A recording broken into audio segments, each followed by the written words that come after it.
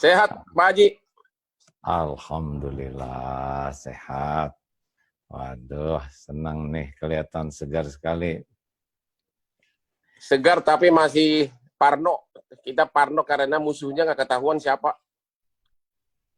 Itu dia kehebatan seseorang tuh kalau bisa melawan musuh yang nggak kelihatan. Kalau kelihatan nggak aneh. Jadi kita makan segala macam obat nih. Ya takut kena, apapun dimakanin. Terima kasih ini ya, ini katanya ada acara iNews ya. Tapi sebetulnya bincang-bincang ini suka bincang-bincang dengan siapa aja. Alhamdulillah kali ini bisa ngundang si Abang nih. Gak apa-apa nih Bang, kita relax aja. Ini mah dari hati ke hati, tidak ada yang spesial. Ada ya, ada yang terlarang nggak pertanyaannya? Tidak ada. Tidak ada ya. Tidak ada Pak Haji. Anak-anak sehat semua ya? Sehat, alhamdulillah. Alhamdulillah. Boleh tanya dulu operator Pak Faruk dan kawan-kawan? Ada nih, siap nggak? Kalau sudah siap kita sekarang aja lebih efisien ya. Siap, silahkan dimulai saja. Mulai aja ya. Kita siap ya Bang ya? Ya siap Pak Haji. Oke, bismillahirrahmanirrahim. Bismillahirrahmanirrahim. Assalamualaikum warahmatullahi wabarakatuh. Waalaikumsalam. Alhamdulillahirabbil alamin. Allahumma shalli ala Muhammad wa ala alihi wa ashabihi ajmain. Sahabat-sahabatku di seluruh penjuru bumi yang ditakdirkan menyimak acara ini. Alhamdulillah bincang-bincang Ramadan kita kali ini kedatangan tamu yang tidak asing lagi, Bang Hotman. Apa kabar Abang? Sehat Pak Haji. Sehat ya, wah senang sekali lihat segar seperti ini di rumah. Ini posisi di mana sekarang? Lagi di rumah sudah hari ke-45. Hari ke-45, naik atau turun berat badan? Naik dikit, yang masalah selalu kejiwaan, parno terus, takut ketularan. Takut ketularan ya. Nah, gimana dong Lamborghini-nya dan sebagainya nggak keluar nih? Akhirnya alam yang berkuasa. Sekarang diganti dengan sepeda. Ganti dengan sepeda sekarang ya? Ya, di sekitar rumah naik sepeda, jalan kaki, semua kemewahan tidak ada artinya. Nah, ini kita langsung cerita nih. Kan orang-orang banyak yang rindu, pengen nyobain kaya, terkenal, segala ada. Sepertinya Abang udah ditakdirkan itu oleh Allah diuji sekarang. Apa sih rasanya jadi orang sang kaya, punya mobil mewah-mewah gitu Bang? Sebenarnya sih bukan kesombongan, sebenarnya sih hanya sifat manusia menunjukkan ke publik, ini saya berhasil loh. Jadi lebih menonjol, menunjukkan keberhasilan dan kepuasan diri. Nah sekarang sudah ada itu. Jadi apa yang paling terasa tuh? Naik mobil mewah gitu ada rasanya kayak apa gitu? Naik mobil mewah itu rasanya kita pede, kita merasa yakin diri, dan ada perasaan ini aku loh, saya sudah sukses. Itu perasaan, jujur aja, begitu perasaan. Nggak apa-apa, mending cerita hati. Iya, begitu perasaannya. Ya, penampilan ya. Nah, apalagi yang diinginkan sekarang kan kalau keinginan dunia mah katanya seperti minum air laut, makin diminum makin haus. Masih ada keinginan lagi enggak? Sekarang dengan adanya corona ini, saya makin menyadari bahwa suatu waktu kita harus mencari hidup kebahagiaan, bila perlu setengah pensiun atau pensiun total, dan menikmati hari tua. Karena apapun yang kita dapat itu ternyata semua berakhir juga. Gitu ya. Iya. Memang dunia ini panggung sandiwara, kata Ahmad Albar ya. Dunia kan cuma tempat mampir, dan katanya memang antara keinginan dan keperluan itu beda. Kalau ingin tuh unlimited, terus saja ingin terus, dan kita akan lumayan tuh rada letih. Yang paling enak itu adalah memang kita hidup sesuai dengan keperluan. Karena perlu itu ada batasnya, seperti sepatu kan nggak mungkin kaki yang dua ini perlunya 50 pasang. Yang membuat banyak sepatu tuh kan sebetulnya karena ingin, betul? Betul nggak begitu, Bang? Iya betul, tapi ada pertanyaan saya satu. Sekarang ini selalu ada ingin kemauan agar benar-benar hidup sederhana, hidup tidak lagi mengejar materi, tapi kayaknya selalu tergoda terus. Bagaimana ada orang bilang kayak kami Kristen yang tadi suruh berdoa, ya kan? Tapi tetap nggak bisa, selalu tergoda terus. Bagaimana caranya agar akhirnya kita berhenti dan mulai murni di jalan yang benar gitu? Ya, saya pernah diuji juga oleh dunia seperti ini, Bang. Perusahaan cukup banyak. Ya, mungkin Abang tahu tahun 2007 tuh waktu itu puncaknya duniawi. Wah, rumah banyak, kekayaan melimpah ruah, perusahaan sangat banyak juga. Ya, lagi Abang mungkin suka lihat dulu acara zaman Agim jadi selebritis dulu. Iya benar. Ya. Nah, saya sih waktu itu merasa kata orang, wah sukses sekali, dapat penghargaan sana-sini, George W. Bush juga pengen ketemu dan sebagainya. Tapi saya waktu itu merasa keletihan batin yang luar biasa. Saya merasa, apa ini rasanya? Kekayaan, rumah, segala ada tuh, kok nggak pernah bisa membuat hati saya bahagia. Nah, waktu itulah alhamdulillah ada titik balik. Akhirnya saya sih beruntungnya datang guru tuh, ada guru yang mengajari lalu diujilah dengan dihina, dicaci, wah segala macam. Akhirnya menemukan, oh ternyata memang dunia tuh hanya boleh di tangan, jangan di hati. Kalau dunia di hati, wah jadilah hidup ini tidak pernah tenang. Tapi kalau seperti tukang parkir kan enak tuh Bang. Banyak mobil tidak sombong, ganti-ganti mobil tidak takabur. Mobil diambil sampai habis juga nggak sakit hati. Sebabnya jadi, apa coba? Wujud konkretnya, kayak saya sendiri, wujud konkretnya kalau orang bule bilang, what should I do? Harus lakukan apa agar bisa mencapai tahap itu? Apakah harus gagal dulu? Nggak usah. Terus ada. Kan ada dua jalan untuk bahagia tuh. Kalau dikasih kesenangan tidak bisa bahagia, maka biasanya dengan ujian baru dia sadar. Tapi kalau abang mau, berarti ini semua cuman titipan, ini cuman casing, ini cuman topeng. Saya ingin, dengan cara syukur. Ada orang bisa dekat dengan kebahagiaan dengan Allah itu dengan sabar, itu kalau ujian dulu. Tapi kalau mau sekarang tanpa diuji dulu, lebih hebat syukurnya. Jadi kuncinya kita harus mensyukuri, begitu ya? Ya, syukur itu ada beberapa tekniknya. Satu, harus yakin bahwa semua yang ada itu bukan milik saya.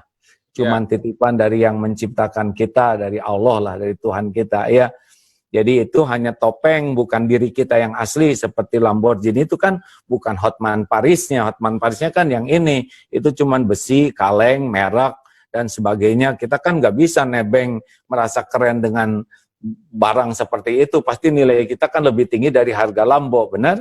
Nah, jadi itu ini adalah casing titipan. Yang kedua, selalu memuji keadaan apapun, mau dipuji, mau dicaci, ada, tiada. Yang ketiga, gunakan ini nikmat yang ada itu untuk kebaikan seperti keinginan penciptanya. Lebih banyak lagi sedekah dari yang sudah, mungkin sekarang sudah banyak sedekah, nanti lebih nendang lagi tuh. Wah, itu kebahagiaannya mulai terasa. Nah, begitulah diantaranya. Kalau itu kan, itu menyangkut kekayaan dan kepopuleran. Sekarang ada lagi, saya ini lagi populer. Tentu banyak godaan wanita cantik. Nah, itu bagaimana kita mensyukuri di rumah aja? Nanya ke saya. Baik, gimana? Mensyukurinya gimana gitu loh. Kalau kita kan ada istri, terus banyak puluhan wanita cantik di luar. Kalau tadi kan menyangkut harta benda, kita syukuri dan kesuksesan. Tapi kalau menahan godaan seperti ini bagaimana? Kalau di Islam sih sudah ada solusinya, Bang. Ya, diperbolehkan 4 dengan syarat adil, ya. Nah, tapi kalau di agama lain kurang paham. Kalau tidak dengan cara yang halal, kan kalau dengan menikah sah itu ya, maka terhormat wanita itu tidak seperti yang tidak dinikahi. Kalau tidak dinikahi kan nggak jelas statusnya, nggak dimuliakan, nggak dihargai, hak-haknya tidak dihargai. Kalau di dalam Islam, kalau toh sudah siap dan juga ada dalam keridoan, bisa begitu. Tapi itu di luar kemampuan saya tuh Bang. Kalau Abang nggak tahu, saya nggak tahu aturan agama Abang begitu. Ya, tapi maksud saya, terlepas dari agama manapun, kita laki-laki ini kan bagaimana cara ngeremnya gitu loh. Terlepas dari agama dulu. Baik. Caranya adalah jaga pandangan, Bang. Nggak usah segala dilihat. Kan nafsu itu datangnya dari mata. Mata yang tidak terjaga udah pasti membuat kepikiran dan hati dan nafsu, begitu. Makanya ada kalau di dalam agama Islam tuh godul basor, jaga pandangan. Karena udah pasti nafsu itu diawali dari mata. Nah ini susah nih, Abang ketemu banyak orang, caranya udah diam aja di sini di rumah.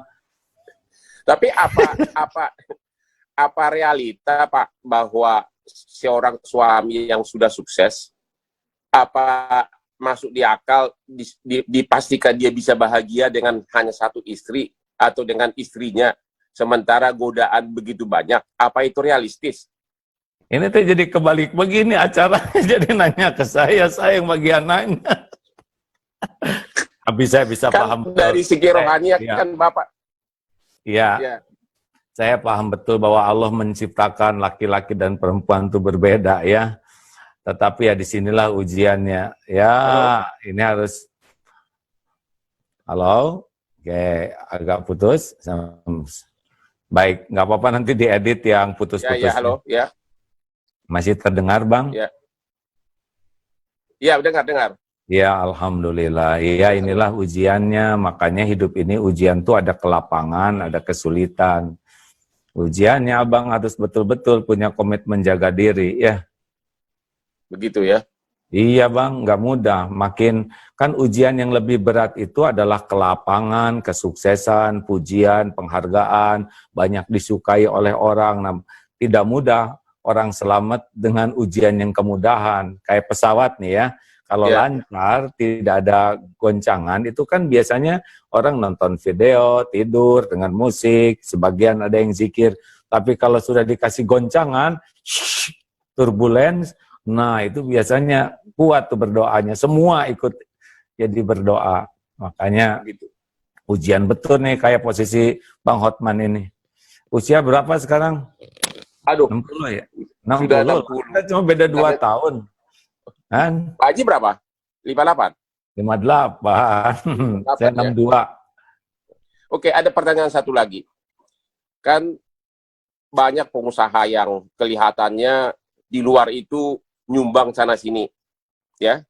Tapi namanya pengusaha kan tidak mungkin sukses tanpa lipat-gulipat gitu loh. Ya, artinya hasil kekayaannya itu justru adalah bermain kiri sana-sini. Tapi dalam keadaan begini, dia pamer sumbangan sana sini. Itu gimana pandangan Pak Haji? Ya, kalau saya kan pengusaha juga, Bang. Ya. Ya, ada beberapa usaha. Bagi saya pantang sekali itu untuk mendapatkan sesuatu dengan cara yang tidak baik. Karena nanti tidak berkah. Cirinya rezeki tidak berkah tuh 3.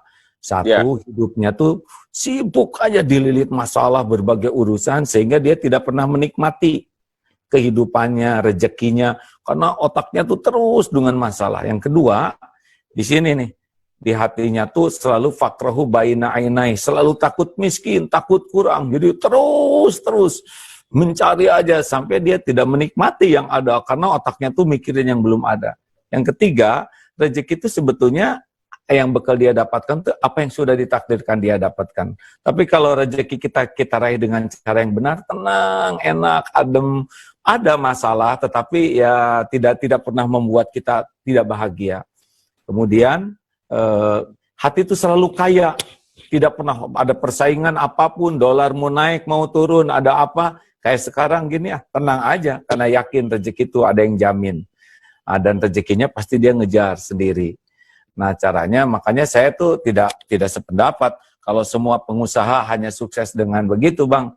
Karena banyak juga pengusaha-pengusaha yang jujur. Kan dalam Islam tuh 2 Bang. orang tuh waktu menjemput rezeki dan waktu menafkahkannya. Ya.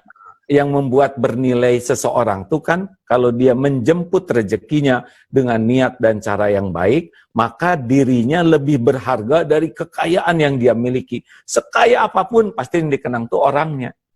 Dan kalau udah dapat, maka dia distribusikan. Makin banyak yang sedekah, yang kelihatan yang tidak kelihatannya lebih banyak, dia tambah mulia lagi. Jadi uang itu selalu ada di bawah dia. Jangan sampai harta berharga, dirinya tidak punya harga. Kan para koruptor juga begitu. Jabatannya berharga, hartanya ternyata dirinya hanya pencuri, pezina, dan sebagainya. Terus bagaimana kita hidup bersembunyi di balik topeng begini? Saya yang mau nanya. Dah, ya. Bang, giliran saya nanya. Oke, ya. Iya, Pak Haji. Senang nggak bisa ngobrol-ngobrol begini tuh? Senang, saya itu termasuk yang sering diundang Pak ke pesantren. Ya, saya sudah ke Tebu Ireng, ke Lirboyo, ceramah di sana berhari-hari. Gus Solah kasih gelar saya malah Gus, nama saya dikasih Gus. Gus Hotman Paris waktu itu di Tebu Ireng.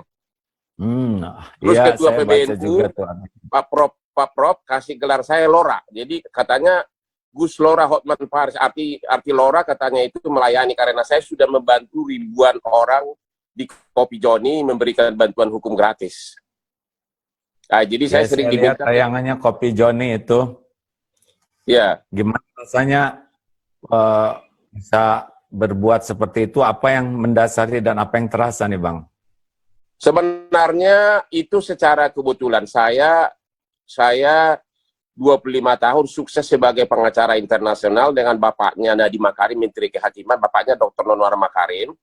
Saya sukses, rezeki gampang dapat. Tiba-tiba Jalan Sudirman itu kan dibangun kereta api di bawah tanah. Sehingga saya jadi malas berkantor di Sudirman, pindahlah saya ke kantor di Kelapa Gading dekat rumah. Kebetulan dekat rumah itu ada Kopi Joni. Jadi saya sering mampir kalau pagi karena ada waktu tidak macet lagi. Dan teman-teman yang gratis pun kayak selebriti segala macam kalau minta bantuan datang ke sana. Akhirnya jadi populer. Tiap Sabtu Minggu itu jam 2 subuh, seluruh Indonesia datang. Dari Poso, dari Kalimantan, dari mulai korban pemerkosaan, penipuan, semua datang. Sayangnya saya kewalahan. Jadi tidak ada maksud untuk populer, itu terjadi begitu saja. Begitu. Yang terasa apa? Yang terasa benar apa kata orang itu, kalau kita berbuat baik, hati kita itu lega. Itu yang saya rasakan salah satu. Minimum dosa saya selama ini sepertinya kok sudah mulai berkurang dikit-dikit gitu loh. Ini rahasia kita ya Bang ya. Ya. Kenapa kita dihargai orang? Ya. Sebabnya cuma dua. Satu, karena Allah pencipta kita mengasih karunia kepada kita. Ya. Abang dikasih kecerdasan, dikasih kemampuan berpikir, dikasih kemudahan, sehingga ketemulah dengan rezeki dan popularitas dan lain-lainnya. Betul? Ya. Sebab kalau ini dibuat minus aja, misalkan otak kita lemot, ya nggak bisa jadi pengacara. Betul tidak? Benar, benar. Ya.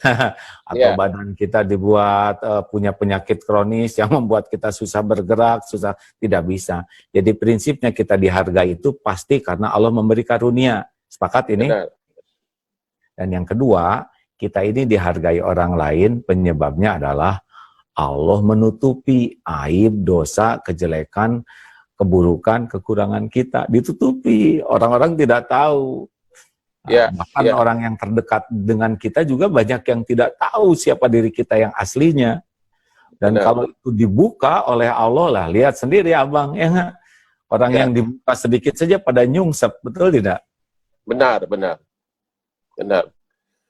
Tapi bagi saya pribadi, sebagai seorang pengacara, kan berperkara itu kan harus bertarung tiap hari. Pilihannya hanya kalah atau menang. Terlalu susah bagi saya untuk pasrah begitu saja atau syukurin. Gimana itu rahasianya tuh? Itu bab lain, Bang. Ini babnya, bab yang barusan itu, bab kenapa kita dihormati orang, ya. Makanya ya. kita supaya enggak kemakan oleh popularitas, tidak kemakan oleh ujub, takabur, rasa di hati itu ya. Maka kita harus, kalau Ya. saya diajarin guru saya itu dua itu aja.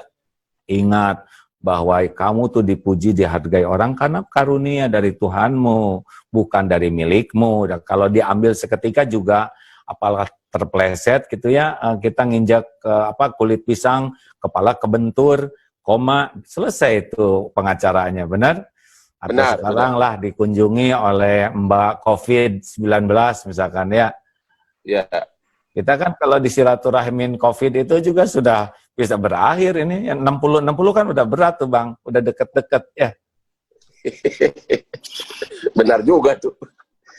Iya, hanya dengan COVID aja kita udah beres nih, udah nggak bisa apa-apa. Yang kedua, kalau Allah mau ngejatuhin kita misalnya, karena kita lupa aja, tinggal dibuka aib. Berapa banyak tokoh-tokoh kita yang begitu dihormati, disegani, buka aja jatuh, benar?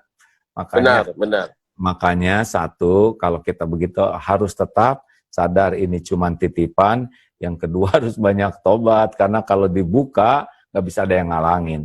Itu senior-senior pengacara, hakim, apapun kan kalau oleh Allah dibuka, jatuh, benar? Benar. Nah makanya itu. Nah sekarang pertanyaan tadi apa Bang? Gimana kalau berperkara harus perang terus? Ya, kan di satu pihak kan kita harus mensyukuri, tapi bidang kerja saya itu hanya ada dua pilihan, menang atau kalah. Artinya harus bertempur, harus fight tiap hari. Bahkan subuh hari pun pikirannya bagaimana untuk menang dan menang. Itu yang susah bagi profesi pengacara. Itu teh mencari keadilan atau kemenangan Bang? Pengacara Kita harus akui bahwa bisnis pengacara itu kan sudah bagian dari bisnis juga. Kadang sudah tercampur antara kemenangan dan keadilan dan bisnis keuntungan. Sebagai pengacara normal, ya kadang kita yang penting klien menang. Sehingga kita tidak bahagia gitu loh. Subuh-subuh pikirannya kalau kalah bisa stres 2 bulan. Kira-kira begitu. Udahlah, udah umur 60 tahun pensiun lah. Belajar Itu agama yang benar. Udah kurang apa lagi? Saya renungkan terus. Ya, silakan. Ya udah waktunya lah. Abang teh punya hati baik ya, tapi godaannya banyak. Dunia udah dikasih, dan nggak ada apa-apanya. Mobil juga cuman gitu-gitu aja. Ya, sudah nganggur gara-gara corona semuanya. Itu cincin kok nggak dipakai sekarang? Kenapa di rumah nggak pakai cincin? Nggak pakai cincin nih. Semua follower juga udah nanya, mau dipakai apa? Orang tiap hari pakai baju tidur. Nah, Sekali-sekali saya dengan senang kalau Pak Haji ngajak saya lah waktu Pak Haji lagi ceramah, nggak apa-apa saya ikut mendengarin. Boleh, saya suka sekali ceramah tentang ilmu hati, Bang Hotman, ya. Bahwa sebagaimanapun kita nggak bisa bohong ke hati kita sendiri, ya. Benar. Bahwa kita rindu, makin lama kan makin dekat dengan kematian. Kalau Bang Hotman kira-kira ingin panjang umur nggak? Ya, dulu saya pernah mimpi agar umurnya 124. Gimana kalau stroke dari umur 61 semua orang enak nanti lihat kita masih hidup, Bang. Ya itu dia masalah, ya. Apalagi sekarang ini sudah parno, tiap menit kita parno gara-gara corona ini. Ya, jadi Bang, gini ya. Kalau saran saya sih udah usia segini sudah saya mah ngitungnya kalau Nabi Muhammad kan 63 tahun. Ya. Meninggal ya. Lagi puncak-puncaknya kesuksesan gitu. Jadi masih seger-segernya. Sahabat-sahabat Nabi juga Abu Bakar 63, sahabatnya ada 3 orang tuh 63 tahun. Jadi saya matoknya juga saya 63 tahun harus sudah siap pulang. Walaupun kan kalau umur tuh ada 3 rahasianya. Satu, waktu kita tidak tahu, itu rahasia Allah pencipta kita. Yang kedua, tempat. Kita akan ngedatengin tempat kematian kita. Dan yang ketiga, cara. Kita tidak tahu caranya seperti apa. Kalau udah waktunya harus meninggal kan kita pasti mati. Orang mati kan cuma satu sebabnya, karena waktunya sudah tiba. Lalu nanti akan datang penyebabnya, penyebab itu bukan yang membuat kita mati, tapi jalan kematian aja. Tapi kan yang namanya sukses itu kita mati dengan mati terhormat, husnul khotimah namanya kalau di Islam. Supaya matinya baik, ya sudah sekarang tiap hari mikir baik, ngomong baik, berbuat baik, berhati baik. Karena Allah itu tidak nyimpan kebahagiaan kecuali pada kebaikan. Nah kan udah lama hidupnya 60 tahun, harus punya waktu buat jujur. Itu saya bahagia tidak? Mau sampai kapan ini hidup kayak gini ya? Benar. Gimana?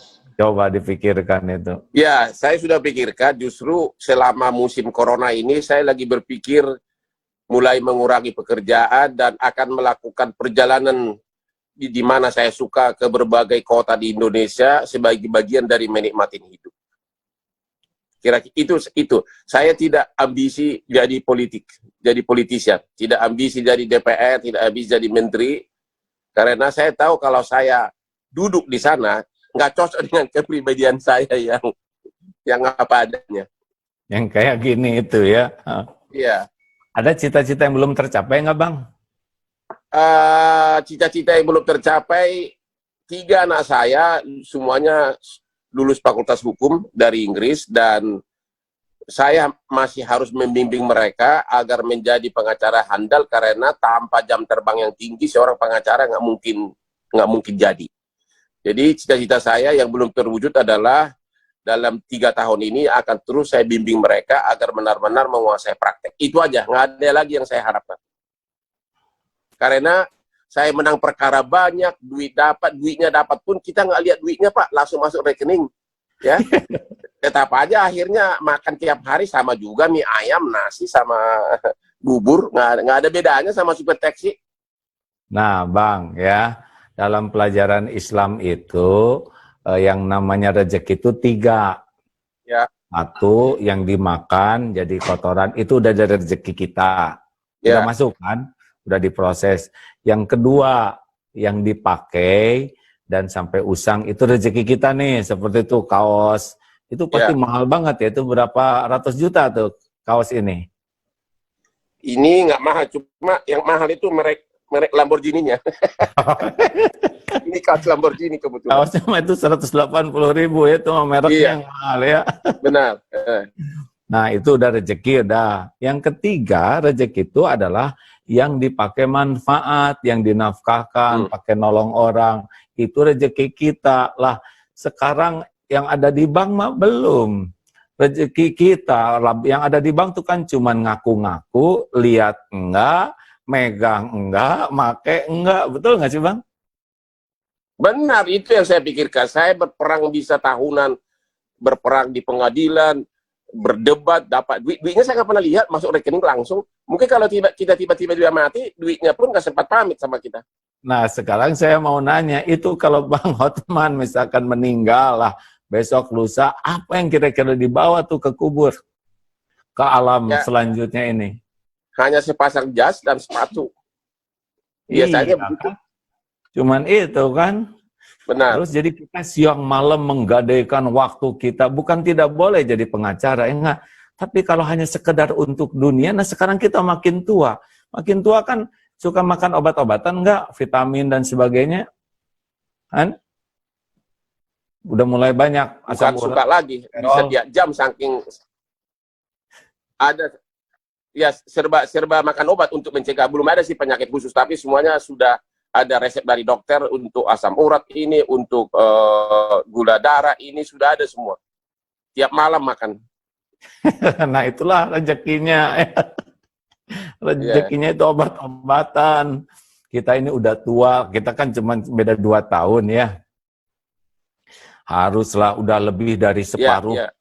Udah lebih dari 3/4 kan kita hidup ini. Tinggal sekarang sisanya ini.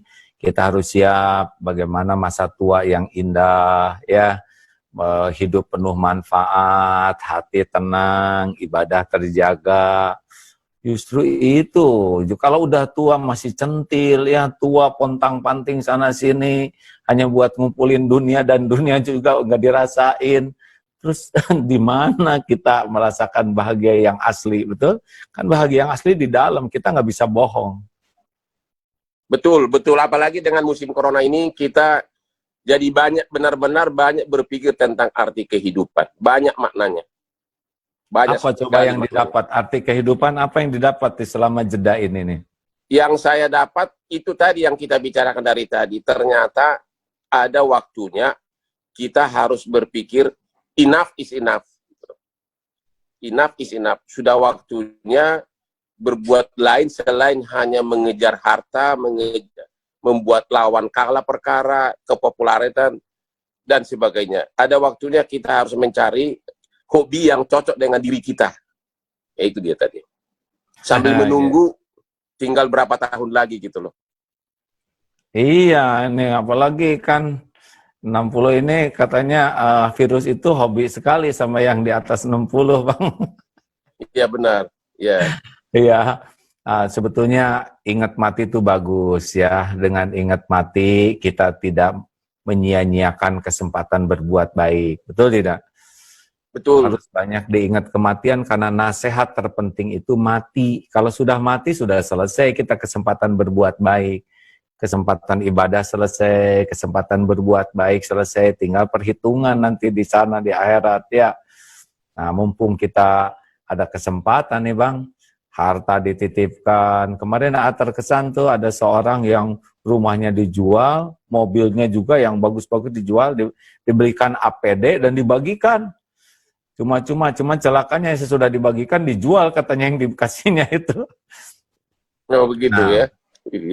Jadi ya begitulah. Jadi dunia mah nggak ada apa-apanya Bang. Cuman gitu aja lah, nggak jelas. Cuman casing. Kan kayak casing. Gitu. Iya, casing. Cincin juga cuman segitu-gitunya, ya kan? Mau digimanain lagi, jari cuman 5. Ya ini nih. Sekarang nggak dipakai lagi. Sekarang nih.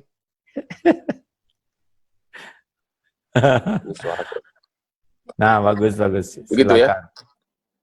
Terus, bagaimana cara mengurangi rasa iri, nyinyir sama orang? Itu salah satu yang paling susah. Baik diri kita maupun musuh kita. Iri. Bentar, nggak apa-apa Bang, tenang ya. Iri itu sudah pasti adalah di hati lintasan iri itu. Yang jangan itu, iri memakan hidup kita. Iri Sederhana memakan saja kita. bahwa iya, kan orang yang paling dengki itu, orang yang iri itu dia yang zolim, tapi dia yang sengsara. Kita iri sama orang, ya. Dia naik pangkat, dia dapat, kita yang ngejengkang, ya. Dia bahagia, kita makin stres. Dia naik prestasinya, kita naik tensinya. Ini kan aneh, ya. Dan kedengkian kita itu tidak bisa mengubah takdir orang. Ini rumusnya Bang. Jadi tiap orang itu punya takdir masing-masing.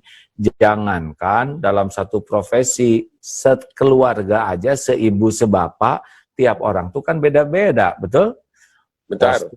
Bakatnya, kemampuannya, rezekinya. Nah, kenapa kita harus capek dengki ke orang lain? Itu tidak mengubah. Takdir dia akan tetap jalan sesuai dengan rencana yang Allah berikan. Yang menderita kita aja. Jadi nggak boleh dengki itu ngerusak diri sendiri.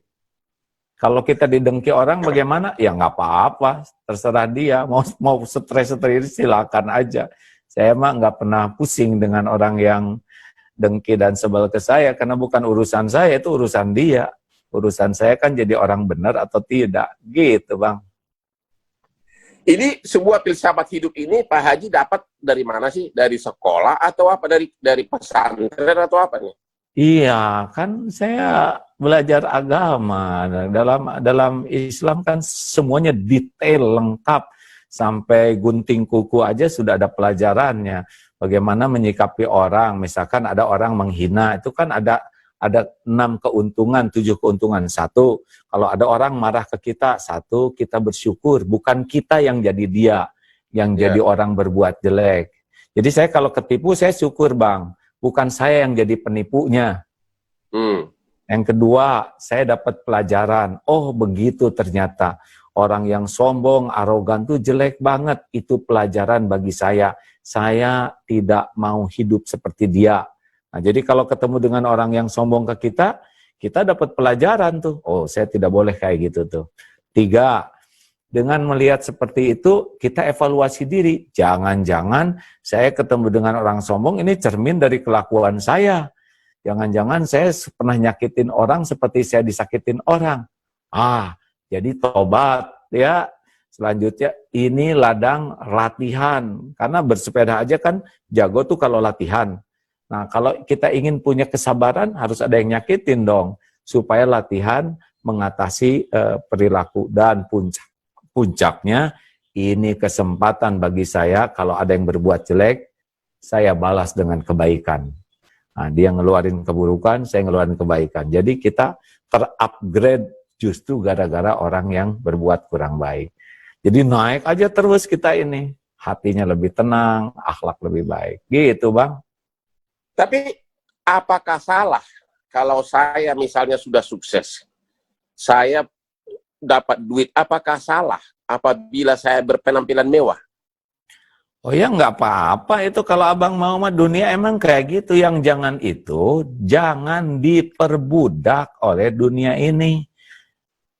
Oh, Jadi begitu. kita kepikiran terus, jadi jangan melekat dunia ini di hati, dunia mah di tangan aja. Kalau udah melekat di hati, dunianya nggak ada, robek kayak perangko, melekat di amplop.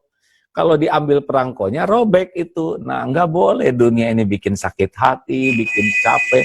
Ya saja, walaupun dunia kaya, ya relax saja. Ya. Nah, orang diperbudak dunia itu dari bangun sampai tidur lagi. Angkat aja Bang, nggak apa-apa. Nggak, ada anak. Ya, terus, nggak apa-apa. Jadi dunia ini tempat tinggal kita. Kalau takdirnya kaya ya nggak apa-apa. Yang jangan itu kaya dengan makan rezeki orang, satu tuh jangan ya. Yang kedua kaya dan nahan rezeki orang. Jadi kita ngumpul-ngumpul aja. Nah itu jangan. Dan jangan diperbudak kekayaan. Sehingga kita hidupnya tuh nggak menikmati apa-apa. Terus aja mikir yang belum ada kerjaan, sampai di tempat tidur nggak tidur, lagi makan nggak nyaman, mobil bagus nggak ternikmati karena di dalamnya juga kita tidak menikmati.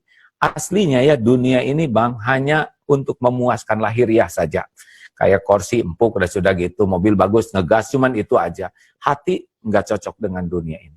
Hati itu cocok kalau kita senang dengan kebenaran, dekat dengan pencipta kita. Jadi abang tanya siapa teman-teman, jujur apakah benar di lubuk hatinya tenang? Nggak bisa. Dan itu tapi kan di alam persaingan seperti di ibu kota ini, kalau kita terlalu jujur biasanya kalah. Ya itu mah terserah lah. Kalau saya mah yakin orang jujur mah tetap sukses ya. Begitu. Setidaknya kita nggak ngebohongin diri sendiri, kita punya kepuasan, oh saya ada. Mau apa kita punya sesuatu tapi kita tidak punya kepuasan terhadap pribadi diri sendiri, benar? Benar, benar. Sambil bercermin, misalkan ya, ini pejabat, sambil bercermin, sebetulnya saya itu penipu, saya pembohong. Orang menghormat gini, tapi dirinya sendiri tahu dirinya nggak ada apa-apanya. Cuman sampah yang pakai kemasan bagus. Terus kita mati apa? Jadi intinya, suara hati jangan dilawan, begitu? Lah, kan kita tuh bahagia tuh karena kita bisa ngikutin suara hati nurani kita, Bang. Kekayaan kita termahal tuh kan hati nurani, benar? Para penjahat gitu, itu orang yang udah nggak punya hati, betul tidak? Orang baik-baik itu orang yang punya hati. Begitu ya? Itu kekayaan termahal. Nih, kalau dalam Islam kan, boleh saya ceritain dikit ya Bang ya? Ya. Bang tadi nanya belajar dari mana. Begini Bang, kalau dalam Islam Nabi, wahai Nabi kenapa engkau diutus ke bumi? Nabi Muhammad kenapa diutus? Innama bu'itsu liutamima makarimal akhlak. Sesungguhnya saya diutus ke bumi untuk menyempurnakan kemuliaan akhlak. Jadi kalau ingin tahu orang Islam yang benar, gampang. Lihat akhlaknya.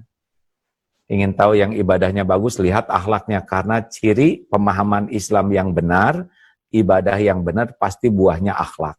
Nah, akhlak itu datang dari mana? Rasulullah juga bersabda begini, ketahuilah bahwa dalam jasad ini ada sesuatu yang kalau itu baik, baik seluruhnya. Kalau itu jelek, jelek seluruhnya. Itulah yang dinamakan kolbu atau hati nurani kita.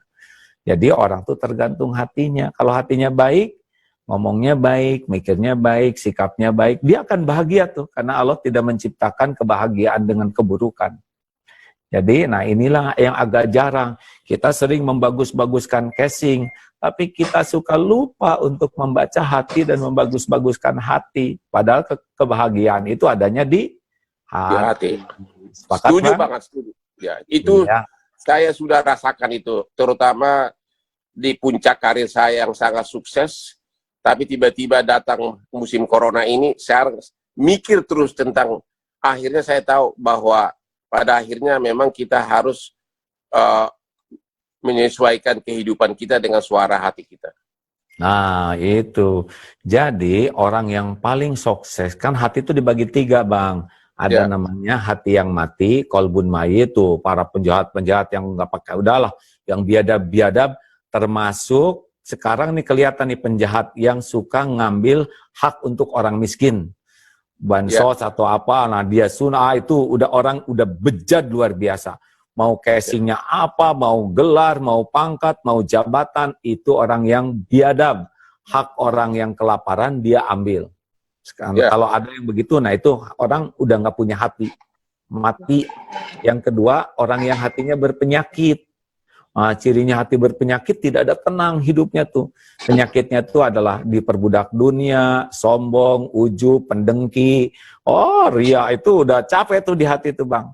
Dan yang paling top adalah namanya qalbun salim. Orang yang hatinya bersih, selamat, sehat. Nah, inilah orang yang paling bahagia dalam hidup ini. Mau susah, mau senang, dipuji, dicaci, sehat, sakit. Dia seperti berselancar di atas ombak.